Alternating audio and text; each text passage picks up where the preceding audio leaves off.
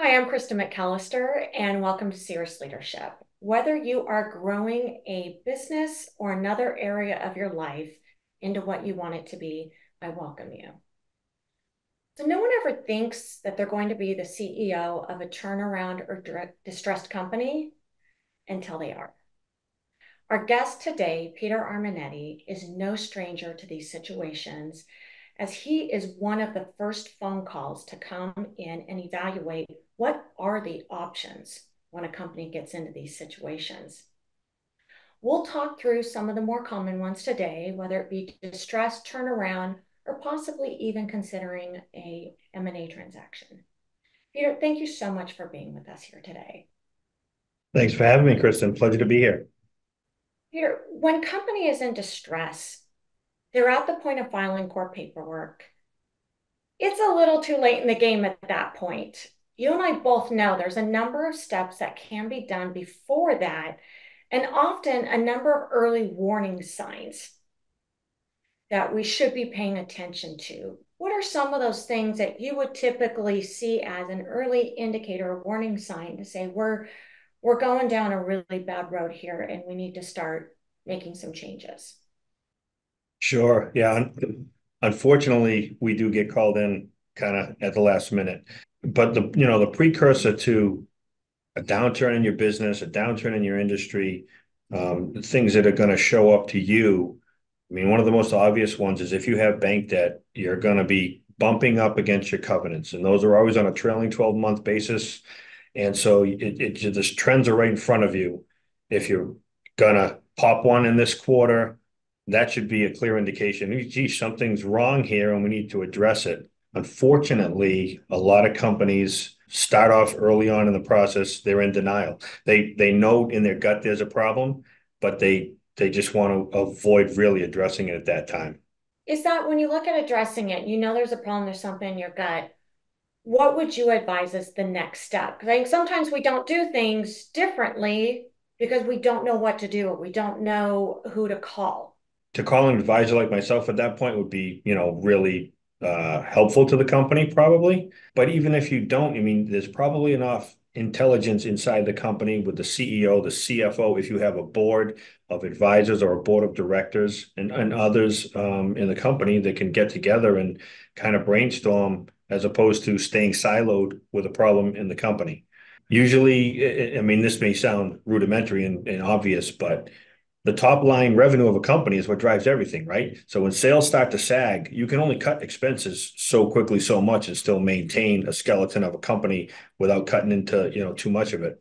So you really just, you need to realize there's a problem, address the problem, make decisions. A lot of companies, the problem that I see after the fact when I get in later is they've just been frozen to make a decision because they think it may be the wrong decision. But you got to make a decision. If that's the wrong decision, then you change course and make a different decision. I'm curious, you mentioned when sales start to sag, because we're seeing that more and more, and certainly business cycles they go through, and we think, well, yes, that was a bad month. Well, yes, that was a bad quarter, but things are going to turn around. From a really good CFO perspective, what reports or what indicators, what information should I be asking from my CFO to get an idea of when do I have to make that decision? Because sales may not turn around. Right. And hope is not a plan is one of the kind of mantras that we live by. So, at that point, forecasting for companies, depending on the industry, can be difficult depending on what your customer base is. But you've got to do your best to reach out. You start with your orders in-house if you're a manufacturer, whatever we have that we're going to make, we know about what's our backlog. What every level of that, people always talk about the funnel, right? The top of the funnel. What's in the top of the funnel? You discount that some amount. I'm stating obvious things that everybody kind of knows, but many companies, they don't go through the steps and really look in the mirror and say, okay, what are the hard data points of our customer revenue forecast? It's just like you said, oh, we're going to hope that this will next quarter they'll order more. And make those phone reach out to your customers, especially your top 10. See what's going on out there. The other thing that I would highly suggest, especially in today with technology moving so quickly in all realms, what is your customer base and what industry are you in? What do you provide as a service or a product? And is technology changing going to have an impact on you in the short, medium, or long term? And if it is, you may need to pivot that business some degree, right? Absolutely. I want to go back. You mentioned the hard data points. That's often one of those questions that comes up with scenario planning and risk mitigation. How do you come up with those hard data points saying these are the numbers I'm watching, and if one of them changes, that's telling me something? Well, with forecasting, right, those are literally getting forecasts in writing from your customers for orders. Um, at a different level statistically, you want to be looking at your receivables, obviously, right? If your DSO is getting stretched out and your customers are paying you slower, that may be an indication that you've got an industry kind of problem and that they're having financial difficulty, which is why they're not paying you. It's not just, oh, I didn't get the PO or I don't have the invoice or you sent it to the wrong person.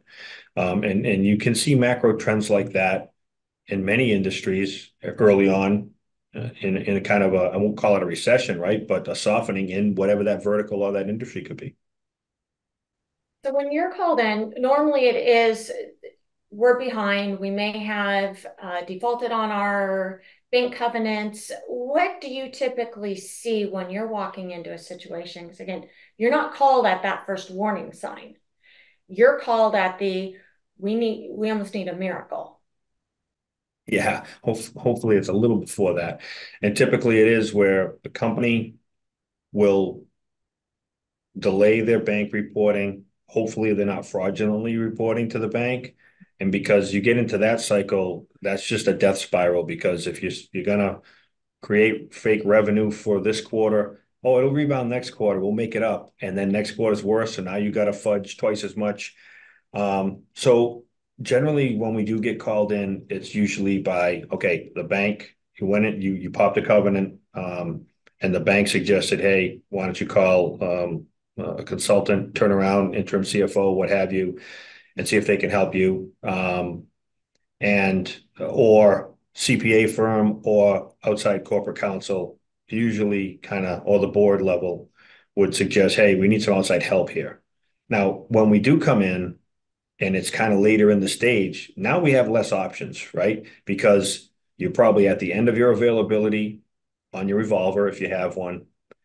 Your payables are stretched out. They're twice as high as they should be. Your receivables aging is stretched out. Your revenue's coming down. You got all these things working against you. You've got less collateral, less options. And the best thing you can actually do, although companies don't believe it, is early on, is reach out to your bank and let them know before you're going to pop a covenant, you know you're going to pop one next quarter. Hey, bank, just a heads up. And they're more likely to work with you in that early stage. Maybe they'll restructure the debt. Maybe you can go get refied somewhere else. If you're on a cash flow loan, you can go to an ABL lender and leverage your assets more to recapitalize the company in some way. So there's a lot of more options, obviously, early on in the process than there is later. And the bank can be your friend versus your enemy, depending on how and when you deliver that news to them. By being proactive with the bank. I was going to ask you how often can the bank be worked with early on versus later in the game? Often, and you could ask any banker, and they will tell you, we do not like surprises. That's like one of their favorite lines, and it's true. So the first little surprise you give them of, hey, we might not make our covenant this quarter, they'd much rather hear that than see the covenant popped 45 days after the quarter ended, because that's when the reporting deadline is. And now you're 45 days worse in the hole because you didn't tell them 30 days prior to that.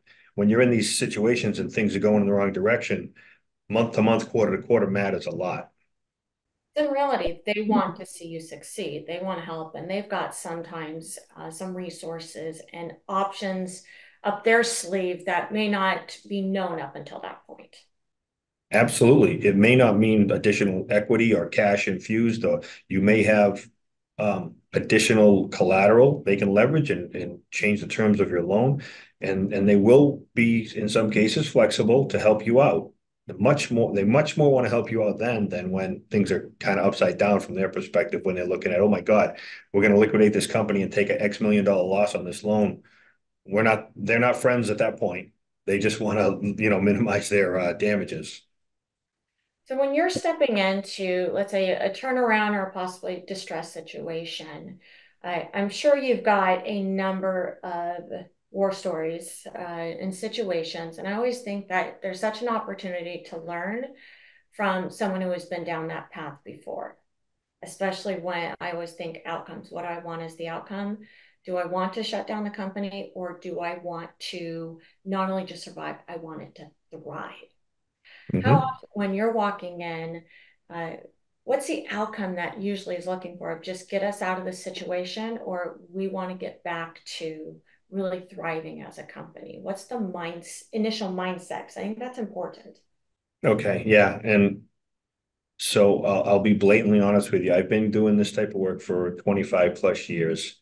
There are very few situations by the time we get called in that there is enough runway left to say we're going to have a great outcome here and we're going to get back to even break even or be profitable again or have a record year in 3 years. It's a much more short-sighted, what's the best outcome we can make of a really difficult situation? It's unfortunate, but those are my war stories. We don't get called in early enough. That's the bottom line. And what would you say is, we talked about some of those early indicators on the AR is getting stretched out by your customers. You're having to stretch out your AP. Um, one would be the ideal time for you to get called in to be able to lengthen that runway to the point where the plane can take off again. I would say after certainly 2 or 3 quarters of declining revenue is early enough where you're going to have plenty of options or more options, I should say, than when all of a sudden you have no availability. You can't pay your vendors. How am I going to make payroll? These things sound drastic, but these are the situations we get called into. But that's when they should look for outside help.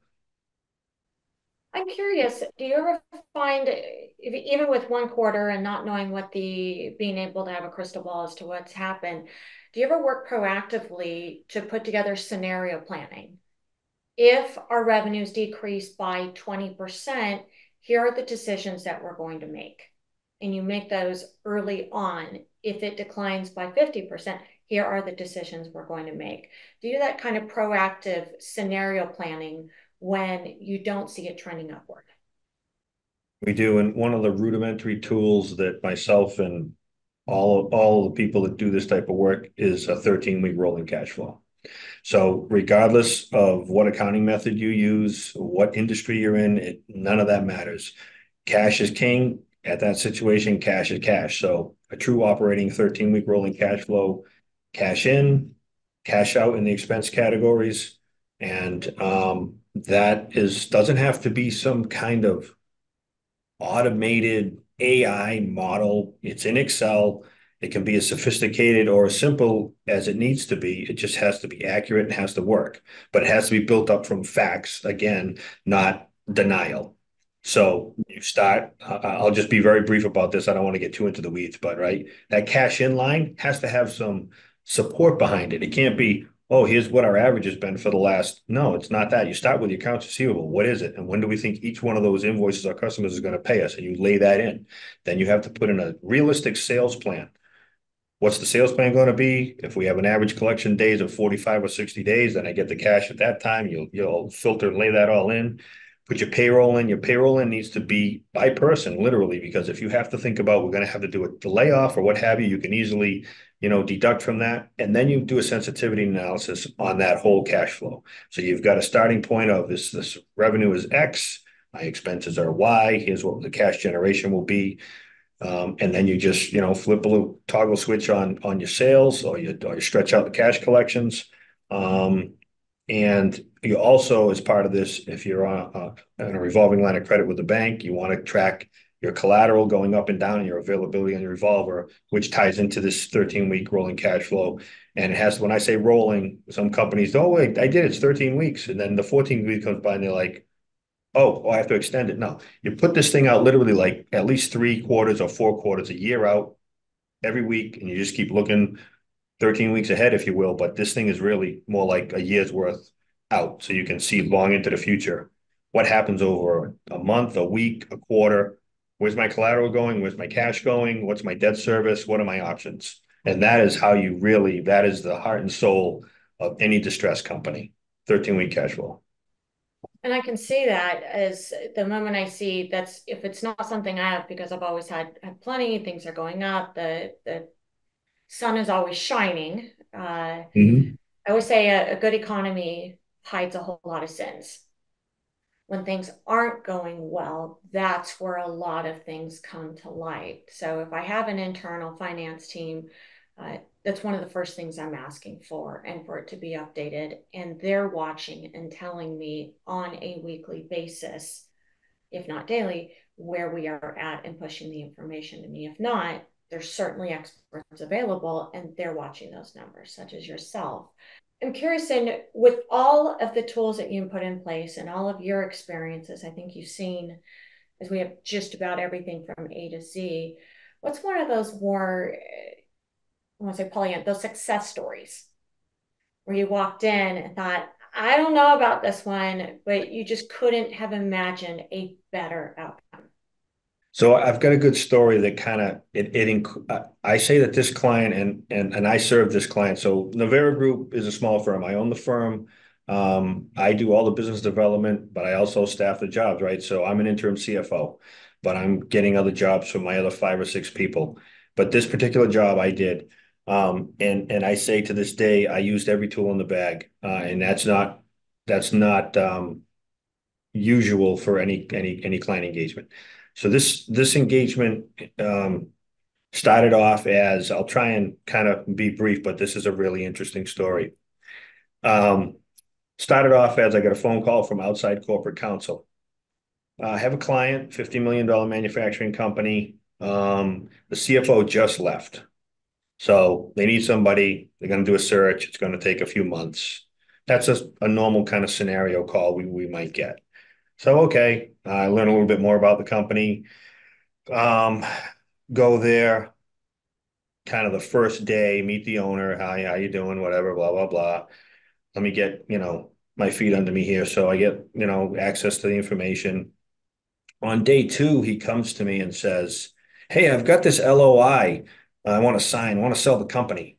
And I'm like, what do you think? I'm like, I don't know. It's day two. I just got here. I haven't even looked at your financial statements yet. So, give me some time. So on day three, this is a $50 million manufacturing company. I find a $3 million fraud on EBITDA. So EBITDA is overstated by $3 million. And so I go to him and I said, Mr. Owner, we got a little problem. And he nearly fell out of his chair. And that's when it hit him that, oh, now I know why my CFO just quit, because he was about to sign this LOI, and due diligence would have ensued shortly thereafter, and it would have been found. And so, interestingly enough, this engagement lasted 18 months from start to finish. So it started just as a regular old interim CFO job. I mean, you and I have talked before. You've asked me, do I ever just go to a company and just kind of truck it along and I'm there for a few months and everything's great and we just, keep the seat warm and then move on? The answer to that is no, but I thought that was one of these when I walked in, but it wasn't. And so then what do? We have to call the bank first and tell them. And he's like, we can't call the bank. I'm like, no, that's the first thing we have to do because you've reported these financial statements fraudulently to the bank. That's, first of all, completely wrong, but it's also illegal. We can't do that. So the bank, took it in stride because it was early on, like the first week. I said, we got to call the bank. So as I dug a little deeper and found things out, it was a really unusual financial statement, a misstatement, because at the end of the day, the CFO didn't steal any money from the company, not a penny. And we did a very thorough forensic exam of all the accounting records going back many years.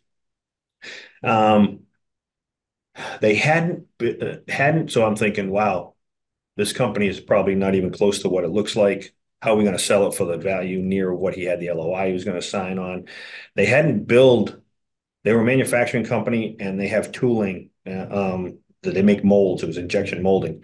And they hadn't billed any tooling to the tune of like $2 million over the course of 2 years. And I couldn't figure out why they hadn't done that. They were just very delinquent on it. And so sure enough, we bill all these things, $2 million worth of tools, and we get paid on all of them in the course of like, I don't know, 6 or 8 months. We get paid all this money. So it all comes rush in, and we got more revenue. And where's that revenue going? Right to the bottom line, because there was no, the cost was already sunk into the tools. We already made all these things. And so anyway, as it turns out, when we figured out, restated everything, when I say we, it was me and the accounting department there. There was a controller there and a couple of other accounting staff that, the earnings really weren't too far off from where they kind of were fraudulently reported. And trying to figure out a motive for this to see, is this CFO, are we going to do anything, take action against him? As it turns out, there was a minority shareholder in the company. And the majority shareholder, who was the owner I was working for at the time, they were negotiating to try and he was going to buy out the minority shareholder. And so what we came to the conclusion was the CFO was overstating the financial results of the company to inflate the value of it so that when the minority shareholder got taken out, he would have got paid more than what he should have in reality. And that we think that the CFO, was getting a cut of that. Now, they never took any legal action, so there was never any, lawsuit or anything that we could, examine people or do depositions or what have you. But in any event, that's what ended up happening. So we got financials all straightened out, improved some things in the accounting department for billing, collections. We are not operations experts at Navera Group, but from the financial statements and being a CFO for a while, you can go out, walk the floor, and say, we need some improvement out here. And then, we'll call in people to do that. And we did that. We got some folks in and got some more efficiencies out of the manufacturing, the layout of the floor plan, processes, et cetera. And so maybe about a year later, we're cranking away, company's profitable, re-engaged with the private equity firm that had wanted to sign the LOI, re-engaged with them, disclosed everything to them, didn't scare them. They wanted this. They wanted this company, and ended up going through a sale process with them. Due diligence was a breeze because I had already found everything. All the skeletons were already out of the closet, and got through a closing. And the owner ended up getting pretty much dollar for dollar what the original LOI was, $53 million bag of cash at the end of the day. Wow. So that was, I mean, it was regular CFO, turnaround, forensic, and sale all in one. I was going to say, I think that you hit the spectrum of just about every, because I was going to ask, when you say I used about every tool in my toolkit, you were grabbing from the distress, from the turnaround, from the forensic audit, fraud to the transaction, and it was just all intermixed throughout it. Wow. That must have been a roller coaster. You never knew what was going to happen the next day. And I'm sure you were just calm and cool and taking it in strides. It was, and to add to this one, people who work with family-owned businesses with a father and a son, completely dysfunctional relationship. One of them, we had two plants. One worked at one worked at the other. The son ran the other manufacturing facility. They had serious, serious issues. The son had a lot of serious issues, screaming at me on the phone. I'm like, talk to your father. He owns the business. I'm working for him. You can't really, tell me what to do or whatever in a polite way. But those interactions, those are always fun.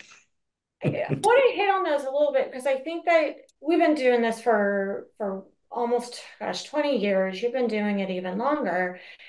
And when you look at the difference between someone who is built to go into those types of situations or be an interim versus more longer term, stable situation, I think now almost every leadership team has an interim component to it, from the dynamics, the culture, the ownership, the leadership team. What do you find are some of the more successful attributes that you need to bring to the table to be able to walk in and manage through those dynamics? And certainly feel free to share an example, Peter, because you and I both know those are some interesting stories. I don't know that realize normally when someone's in a rough situation, they're there might be because of industry dynamics. That might be how the company is running, but more times than not, there's something that's not right with the leadership, the culture, the relationships, certainly family owned businesses, partnerships, any number of those tend to have those dynamics. Right. That's a great question. So what our approach, I worked at a larger firm before we started Navera Group. And the approach that I learned from them and that I've always done and what we do at Navera Group is, and I keep saying we, the word we comes out of our mouth at the client the first day we step in the door because we're part of the team. And so one of the first things I say to everybody is, even when we're interviewing for a client, you know, Navera's not going to come in and write you some fancy report with a bunch of graphs and charts and say, here you go, here's some recommendations. We come in the first day, we roll up our sleeves and we hit the ground running and we just dig in and we become part of the team. We dress like the team. That may sound kind of funny, but if you're interim CFO or whatever you are at a company at a C-suite level, and it's a manufacturing company and everybody wears jeans and t-shirts in the summer, you wear jeans and t-shirts because you don't want to be perceived as a us and them. Oh, it's the office. A perfect example is right now, the company that I'm at right now. It's a manufacturing company. I was told when I had a town hall the third day I was here, well, we're not allowed to come in the office and talk to anybody or ask any questions. And I was like, what? That rule's broken. That one's done. You can come into the office and talk to anybody you want at any time. If somebody's busy and the door shut, that's one thing, but you are welcome. You can't have division within a company. It just doesn't work. It just goes to the whole morale thing. You become and you walk around, you meet people, you greet people, you be authentic about it. I'm not like walking up to people smiling, hi, nice to meet you, and I'm like talking behind their back when I leave. No, this company I'm at right now, I walk the manufacturing floor every day, once or twice a day. Just hi, how you doing? How's everything going? People are busy doing their work. I'm not interrupting folks, but just to say hi, you need anything? Everything going all right?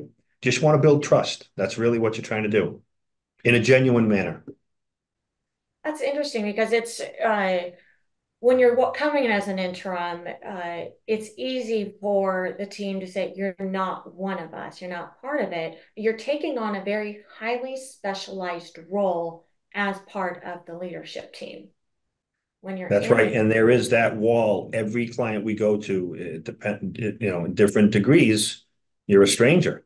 And oh, look, this guy sits in his office and who is he or woman or whatever? Yeah, exactly right. And you want to break down those walls as quickly as possible to get cooperation. build that trust because quite often there may not be cooperation in time. You talked about division, divisive actions. That tends to be one of those signs of dysfunctional leadership or partnerships, ownership, any number of things. We've said it's typically what has led to decisions not being made, action not being taken.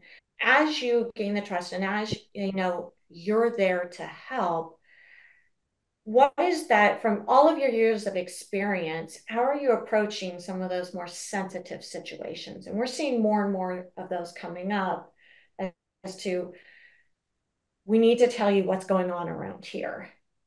Can you help? And it's almost done quietly because no one wants to openly talk about it. I love those discussions and they happen at every engagement. And I always used to be in awe of the partners at the first firm I worked with, how they could figure out stuff so quickly within a week or so.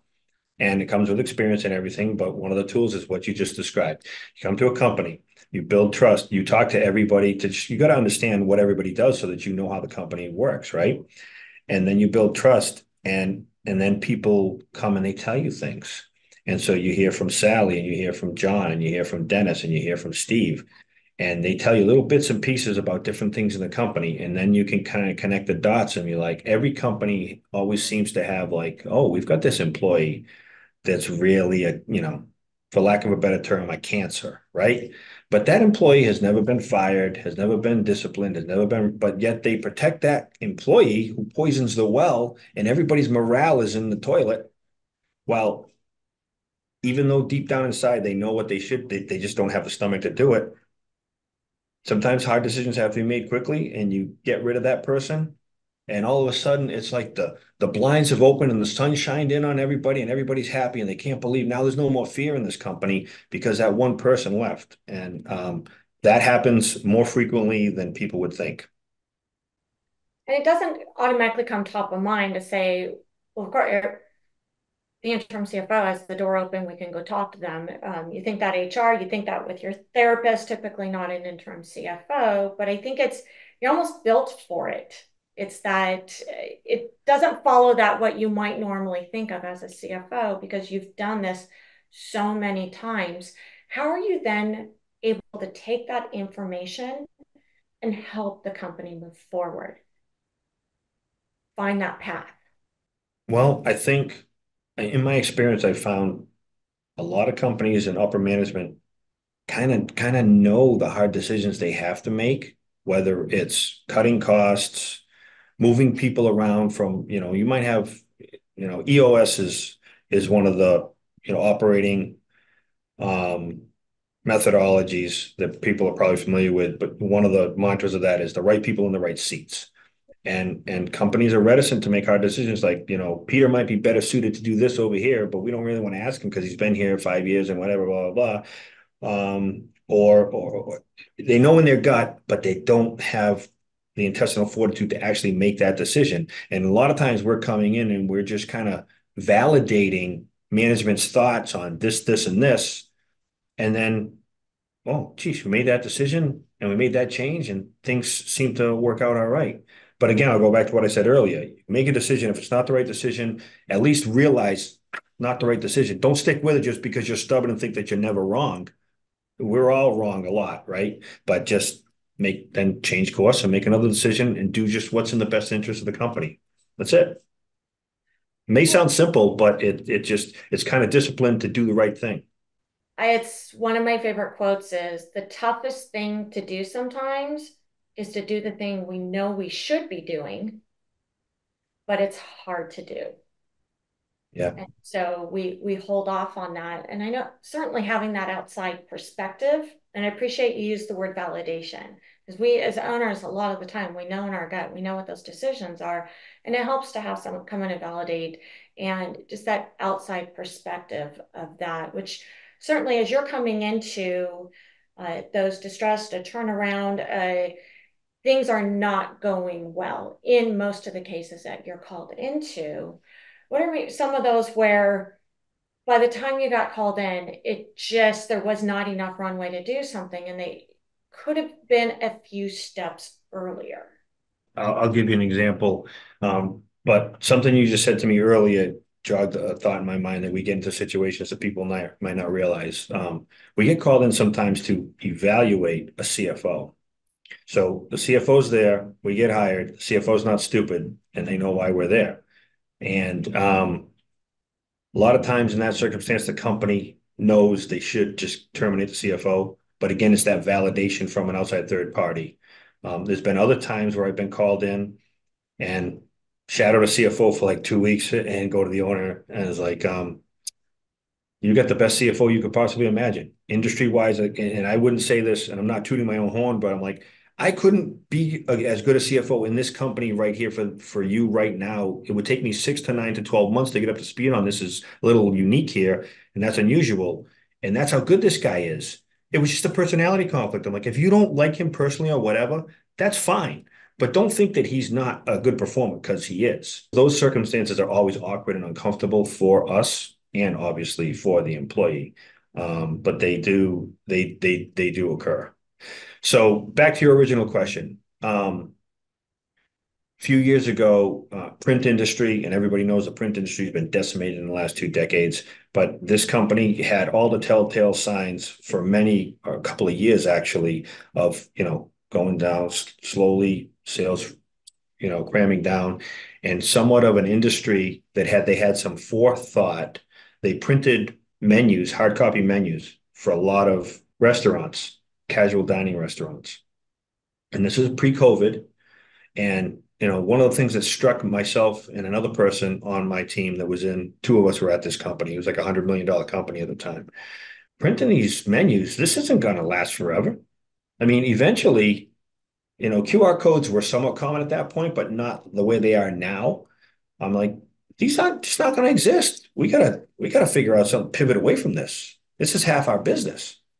And sure enough, when COVID hit, we had already liquidated the company, long story short, but like, boom. I wonder what the menus, how frequently they get printed now by all those companies. But they had high customer concentration and revenue slowly coming down quarter after quarter in an industry that clearly has been shrinking for decades.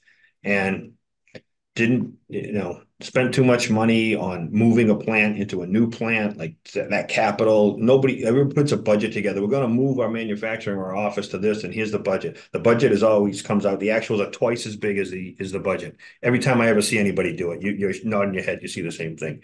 So they had lots of signs to, all right, we got to figure something out. Could they have avoided the catastrophe of liquidating that company? I'm not sure, but they could have done a lot of things to at least extend or had a softer landing, I guess is what I would say. And certainly some of those early indicators, some of that marketplace you had mentioned at the very beginning, go talk to your customers, go talk to the market, go talk Yeah. to, because though they may have the information, they're not going to bring it to you. Sometimes you just need to ask. Yeah, and then the denial, and this is ringing up in that exact circumstance, right? We had our second largest customer had a 3-year contract. It was about to renew, and we get an email to the VP of sales that says we're not renewing our contract. And I look at the VP of sales and I'm like, you had to have known before we got this email today, this thing was going to renew like next month, that it wasn't renewing. Now, either he completely lied and said he had no idea, but I didn't believe him for a heartbeat. Had to have been talking to that customer. Hey, we're a month away. What's going on? It's 25% of our revenue. You know that. Buried his head in the sand and boom, that was the last nail in the coffin of that company. Yeah, I always say that from a financial perspective, it tells the story of the entire company, and you can see things that are going on that may not be known yet, but you know what questions to ask. I want to circle back to you had mentioned being brought into evaluation. Apparently, this is a very hot topic. You and I keep coming back to it because we're seeing it a lot in the marketplace on being brought in to take a look and assess the accounting and finance team. Do I have the right thing? I don't feel like I do. I'm missing something.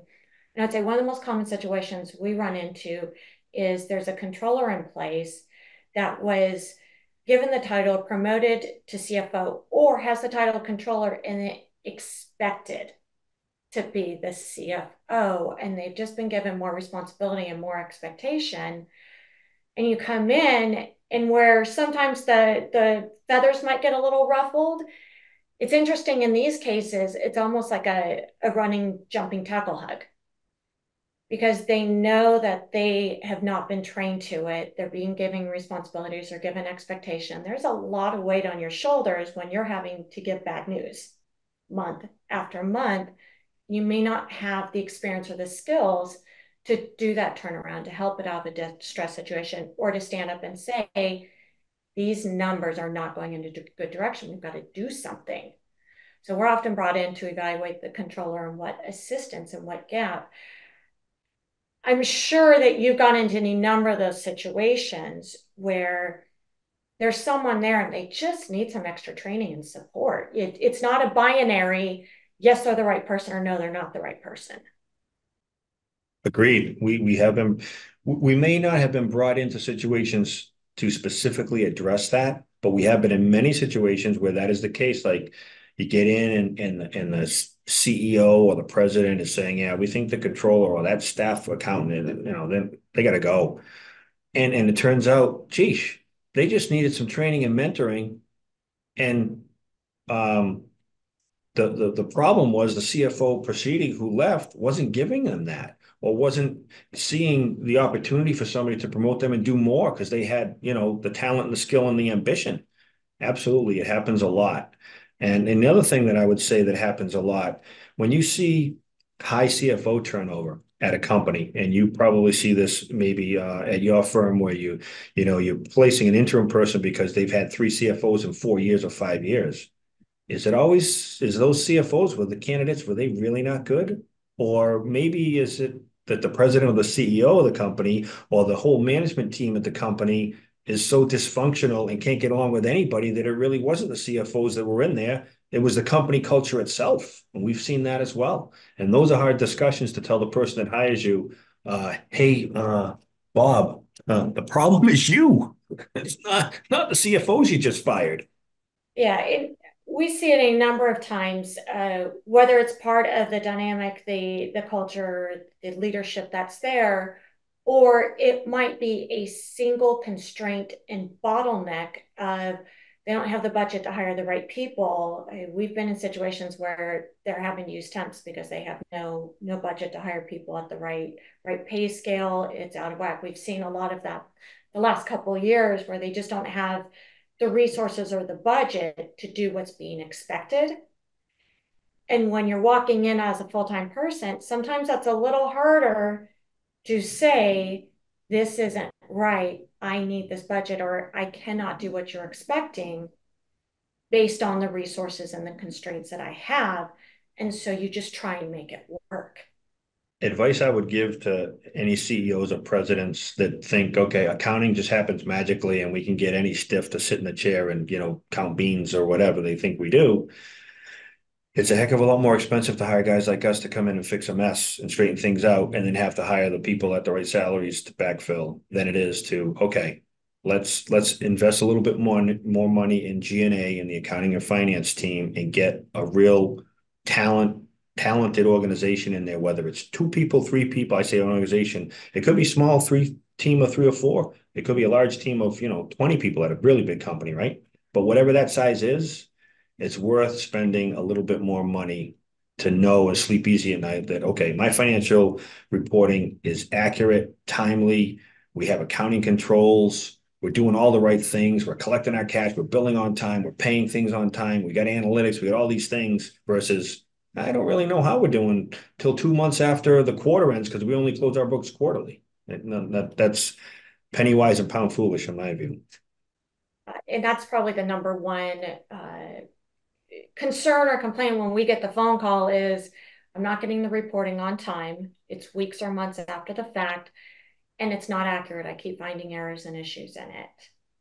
Sometimes it just takes someone coming in to set up the infrastructure, to set it up, to train. You and I have seen a lot of turnover in finance and accounting the last couple of years. All those new individuals were never trained, or the process and the system that was there broke down and they had to make it up as they went. Are you seeing over the next, let's say, year or two, kind of revamping those systems and processes with AI coming on board, a lot of software changes, and sometimes we're just needing to not only retrain from scratch, we're needing to rethink our finance and accounting system and processes. Yeah, What I are some think of your so. predictions? So AI scares me, to be honest with you. Um, you can get efficiencies with a lot of softwares, connecting either natively or with file transfers these days. We all know that technology's been around for a long time, inputting, exporting files, whether it's, your ERP system into your accounting system, if the ERP is not a full accounting reporting system, or whether it's, connecting to your bank on a feed or credit card transactions coming in on a feed. I don't think we're going to be able to get rid of the human element as much as some people might think we will. Like again, it's just someone's just going to be one person, and all these things, these transactions, just magically happen correctly. I don't see that happening. I think that there are efficiencies, and you can reduce some headcount possibly in your accounting finance, but you're never going to get rid of it altogether and just have a bookkeeper magically doing all these things by AI and file transfers and automating everything. Just my 2 cents. So as we look forward over the next 6 months, 6 to 12 months, as you're advising business owners, CEOs, boards, from a financial perspective, what advice are you giving them to hedge their bets, to invest? some of the key metrics in the company, where are you helping them focus? You can't be all things to all people all the time, and you can't predict the future, but there are ways to be able to. I love it. Finance to me is it's risk mitigation. A lot of that is how do we prepare? Yeah, well, I guess a few things I would tell business owners is um, with the interest rates that have risen, right? Everybody's debt interest rate is double of what it was a few years ago. So you really need to keep an eye on projecting what's our debt service over the next X years. Because don't plan on it going down anytime soon based on the Fed. And then if you've got capital expenditures you've got to do, you got to factor that in. So you're financing your company with your bank debt is one important thing to kind of look and project into the future. One of the other things, and we touched on this before, is talk to your customers, understand where they're headed. Where is their service, product, whatever? How is technology gonna change what they buy from you? Because if it's going to change, you may have to rethink and pivot or whatever, or it may give you comfort, like, okay, we're good for the next whatever years. And then that kind of falls into wherever you are in your life, age, retirement plan, succession planning. Like, people talk about it all the time. And in the M&A world, all the advisors say all the same thing, and I say it too. You got to plan many years in advance to make sure you're maximizing value. And that may all sound very cliche, but it's true. Even if you're a younger person, let's say you're under 30, you have this company and you've had it for a while and it's doing great. Have you thought about your succession planning? Are you going to sell the company anytime soon? Yes or no? And even if you're not have any plans to sell it, maybe just, spend money and get a valuation from a professional to see what it's worth. Getting off topic a little bit here, but estate planning, even when you're young, make sure you have those things kind of lined up, especially once you have children. You just have these things in place and talk to some advisors, talk to your trusted advisors to who can I talk to about this? Because Peter's not the person to talk to you about the things I just said as far as estate planning, but I can introduce you to somebody who can, put your mind at ease on all those things. And tax strategy planning, having Uncle Bill as your CPA who just does your tax return at the end of the year might not be the best thing for you once you grow up and you own a real company, we'll say, right? Because there's a lot of tax strategies you can do that can maximize your take home in the short term and or more so maybe in the long term, the way the company's structured, the way you do things. So all those things, I would advise all business owners to look at those things, maximize their value from a macro standpoint now and into the future. I love it. We always go back to start with the end in mind. What's the outcome you want? Where do you want to end up? That succession planning, what's the next stage of it? Because that really can determine the decisions that we're making today. I always say the past doesn't predict the outcome that we want in the future, predicts our next step. Because then Yeah. guides, that tells us the roadmap and the path there, which I imagine you are doing with so many of your clients. Peter, thank you so much for sharing your stories. I mean, we're talking a couple decades of experience wrapped up into one episode here. I appreciate the insights, those experiences, and kind of those telltale signs of when to reach out to bring someone in, an expert, get advice, when to call in that informal advisory team, and how to do some of that risk mitigation and that planning up front. Always a wealth of knowledge. Well, you're welcome, Kristen. It was a pleasure. It was fun. The time went by very quickly, and we'll see you It soon. always does. Thank you so much, and thank you for joining us here at Cerius Leadership.